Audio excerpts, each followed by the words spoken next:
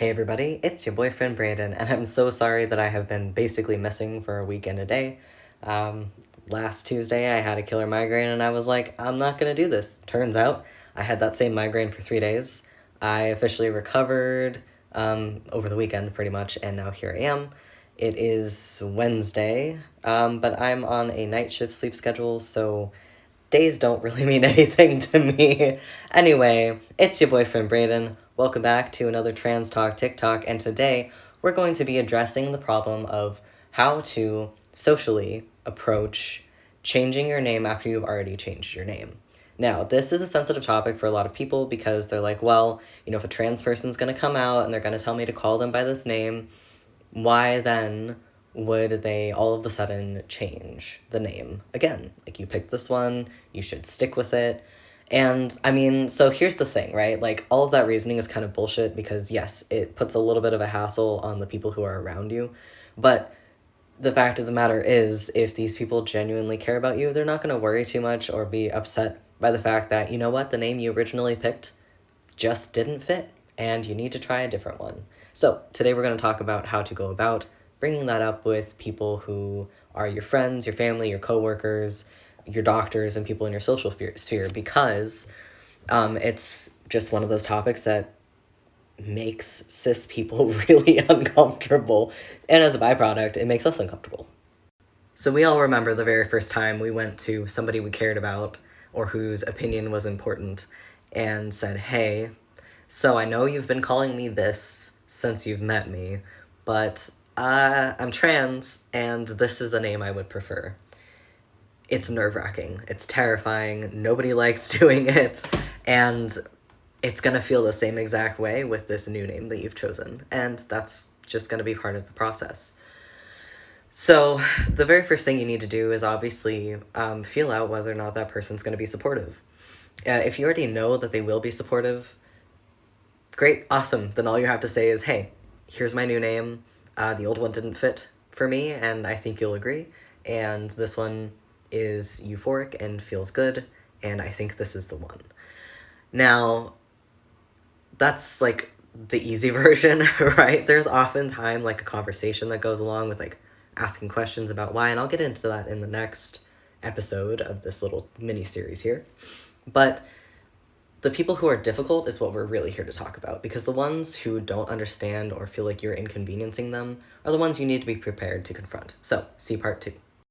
All right, so what do you do when you've changed your name and then you've decided that was not the right name, but I found the right one, and the person you're about to ask to change how they address you once more is not going to be very receptive? The best you can do is really just, like I've said before, invite them in on your personal journey. Be like, hey, so I have something a little bit intimate to talk about with you, and I want to know that this is a safe space where I can share that. And this person's gonna be like, well, of course, you can always talk to me. And whether or not that's true, a lot of people, that will be their response. And then that's when you bring it in. You're like, hey, so I feel like the name that I picked when I first started my transition doesn't work for me. And I think you'll probably agree with that. Like, I don't think I really seem like a blah, or I don't really feel like when the name blah is called that somebody's talking about me. But I have found a name that really, really works and like feels really good, and it feels like me. And I just really need your support in helping make sure that like when I switch over to this new name over the coming months, that like people are gonna get it right. And when you invite people in like that, it's hard for them to say no because you're asking them for their help, and people really like to be helpful, even if they don't think they do.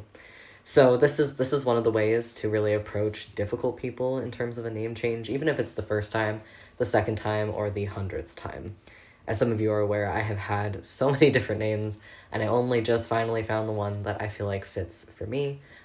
See the previous Trans Talk mini-series that I did, talking about finding and choosing the right name. But for many of us, finding the right name is a journey. And, there are going to be so many different reasons for why you would, decide, what, that first one that I used isn't great, or that third one that I used still isn't right. And when you have patient people around you, and supportive people in your, social group, your network, then it's going to be good. The hardest people to talk to about stuff like this, I personally think, are doctors, because we're always afraid, right, that they're going to take away our HRT or something like that. So be honest with them and just be upfront. Be like, look, dude, I want to tell you something. Like, I've got my name changed, but I'm worried that you're going to use that as a reason to discriminate or something. And when you say something like that, they're more likely to behave properly. So the final thing I really want to cover in this trans talk mini series about how to approach switching over to your new name is the questions. There are going to be a lot of them, and I think there's something about the way society is set up, with the primary focus being on making cisgender heteronormative people comfortable,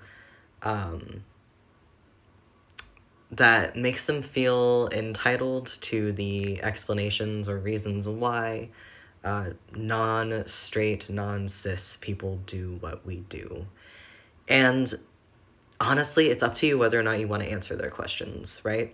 Like, you could come at it with a mentality of like, yeah, it's weird that I've changed my name 4 times, and like, sure, it's kind of weird, but also remember that like, your life is your life. You're the one who has to live in your body, be called by the name that you are called, and interact in society in whatever ways are bearable to you. Bearable as a bare minimum, right? So is it strange for you to have 4 names? I mean, I just did the math, and I've had somewhere around the total of 42 since I was like in elementary school. So I would say it's really not that weird. Cis people are taught that you keep, I mean, we're all taught, right, that you keep the name you're assigned at birth, and that's just how it is. But times are changing, and it's really easy to get a name change in the United States. It's a little tedious, sure, but it's not hard. It is expensive, but it's possible, right? It's attainable for most people.